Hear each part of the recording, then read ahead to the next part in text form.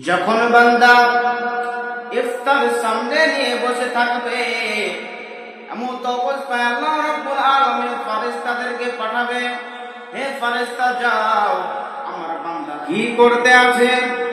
এমন তো অবস্থায় আল্লাহ রাব্বুল আলামিনের কাছে ফেরেশতা বলতে থাকবে, পরওয়ারদিগারে আল্লাহ মাহবুব, আপনার বান্দারা ইফতার সামনে নিয়ে বসে আছে কিন্তু ইফতার করে না। আল্লাহ রাব্বুল আলামিন বলতে থাকবে, ও ফেরেশতা কয় মিনিট সময় আছে? বলতে আছে 1 মিনিট সময় আছে। কিসের জন্য? ইফতার করে না, ইফতার করে না, ইফতার করে না। ফেরেশতা বলতে থাকবে, আপনাকে ভয় করে পুরো দিন না খেয়ে তোমার বান্দারা রোজা রেখেছে, রোজা রেখেছে।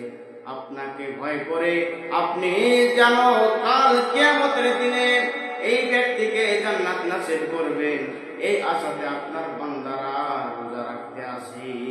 আল্লাহ রাব্বুল আলামিন ফেরেশতাকে বলতে থাকবে, ও ফেরেশতারা তোমরা তো বলেছিলে মানুষ জাতিকে পয়দা করতে মানা করেছিলেন, তৈরি করতে মানা করেছিলে। আজকে দেখে নাও আমার বান্দারা ইফতার সামনে নিয়ে বসে আছে কিন্তু 1 মিনিট টাইম আছে, তাও আমার বান্দারা ইফতার করে না, ইফতার করে না আমার ভয়ে। সেই দিন আমি বলেছিলাম, ইন্নী আ'লামু মা লা তা'লামুন, হে ফেরেশতা আমি যেটা জানি তোমরা জানো না।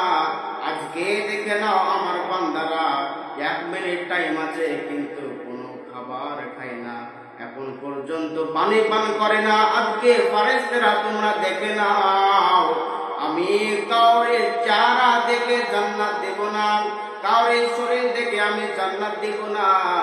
ইন্নাল্লাহা লা ইয়ানজুরু সুরাতাকুম, আমি কাউরে চেহারা দেখে আমি জান্নাত দেব না। ইন্নাল্লাহা ইয়ানজুরু নিয়াতাকুম, সেই ব্যক্তির নিয়ত থেকে আমি জান্নাত দেব। এই ব্যক্তি যদি আমাকে খুশি করার উদ্দেশ্যে, রাজি করার উদ্দেশ্যে রোজা রাখে, আমি আল্লাহ রাব্বুল আলামিন বলতে আছি, গুফিরা লাহু মা তাকাদ্দামা মিন যামবিহি, তার পিছনে যত গুনাহ আছে আমি আল্লাহ মাফ করে দিব।